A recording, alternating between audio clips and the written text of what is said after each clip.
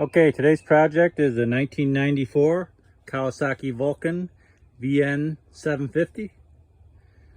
A buddy of mine asked me to freshen this thing up so he can ride it. Right off the back, we noticed that the battery's dead. I was already told this. So we'll get a battery in there. We'll change the oil and see if we can get it to run. Really good looking bike.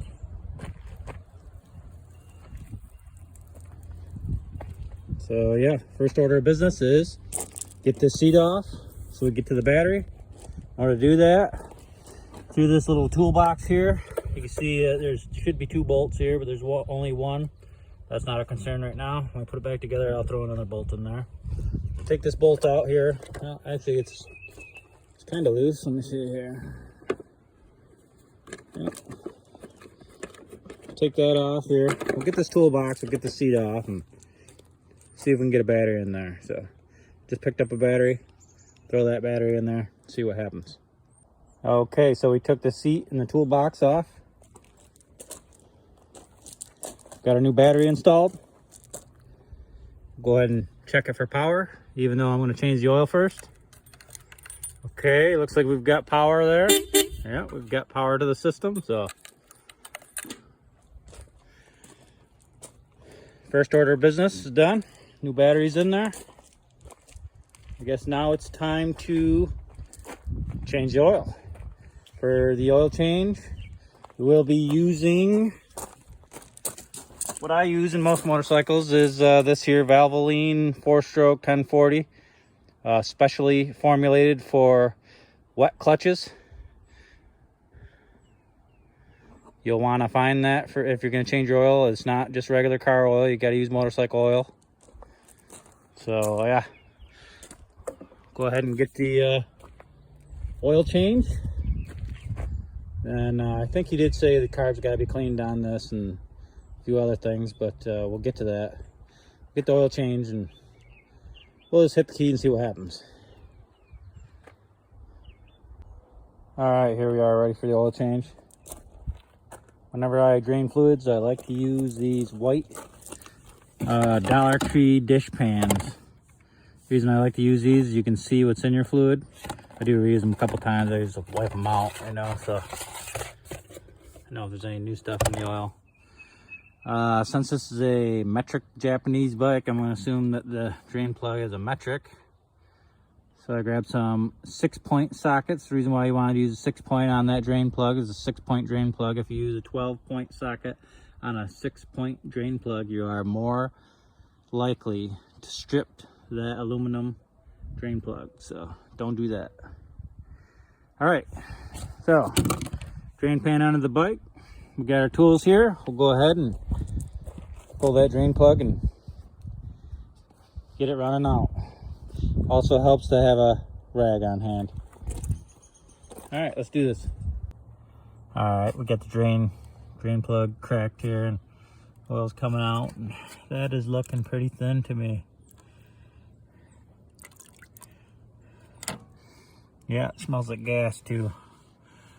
And I'd say it's way too much in there, so it should take 4 quarts. So yeah, that's way too much.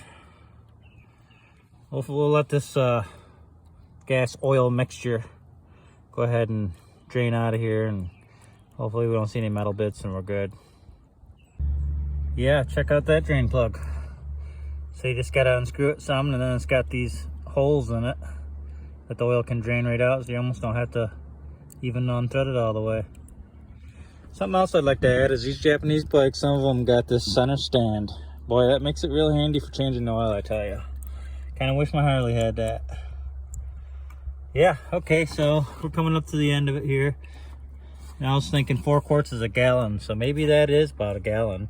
This pan is not real big, so this dish pan, yeah, it's not that big.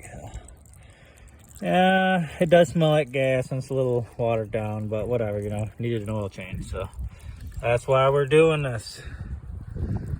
Okay, so we've got the drain plug back in, And something I was noticing here is this bike's got oil everywhere. That's a little concerning, I'd say. Everywhere. It's all over the frame here.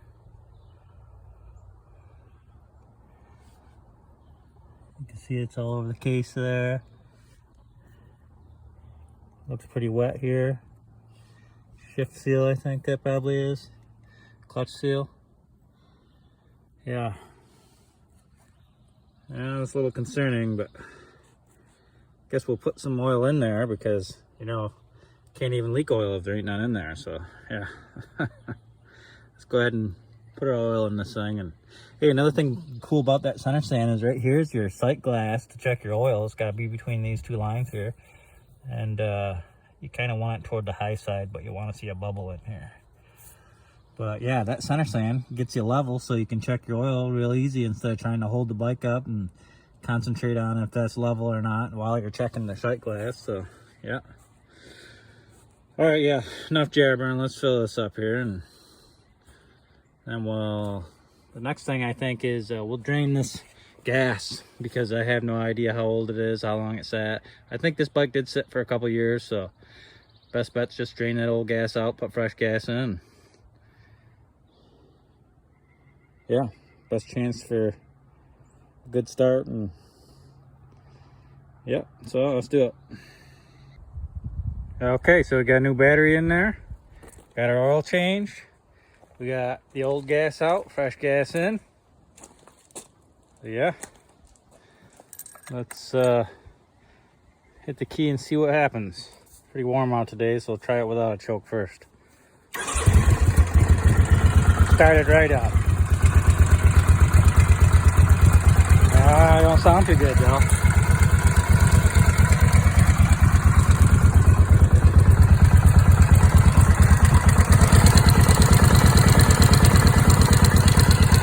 Low end knock.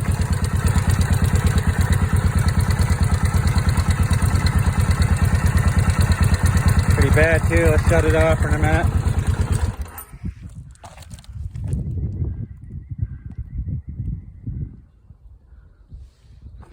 Yeah.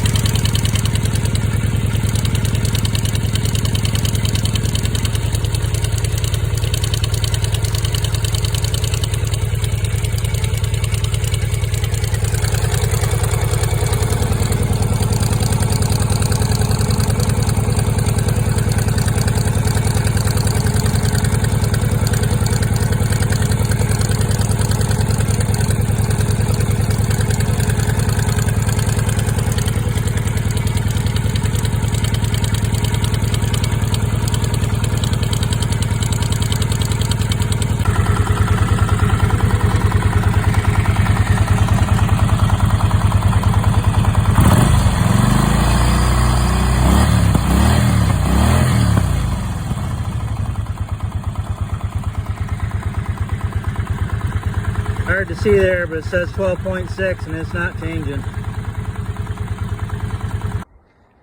Okay, so our Vulcan here has some pretty obvious problems.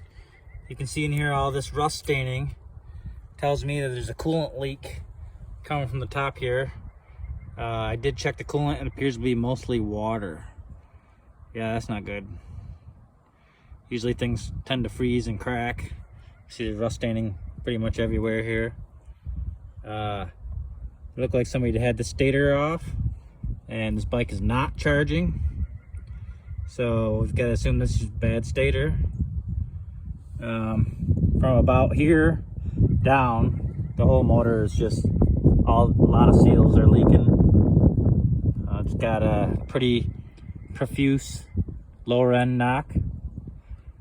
It's probably rod bearings, the crank bearings, I'm thinking. Not good.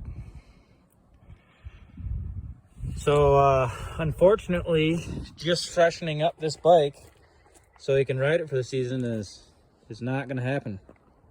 This bike's not too healthy. Luckily for him, in the state of New York,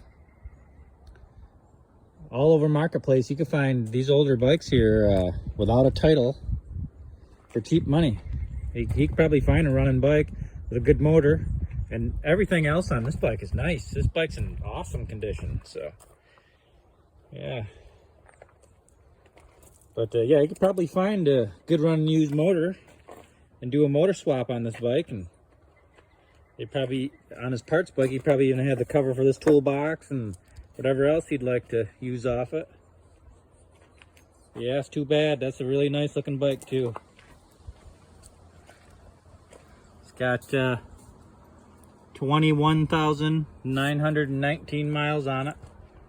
I guess it could be 121,000 if somebody stored it inside and really took good care of it. But yeah, this is part of the job that I don't really like. I've got to call my buddy here and tell him the bad news.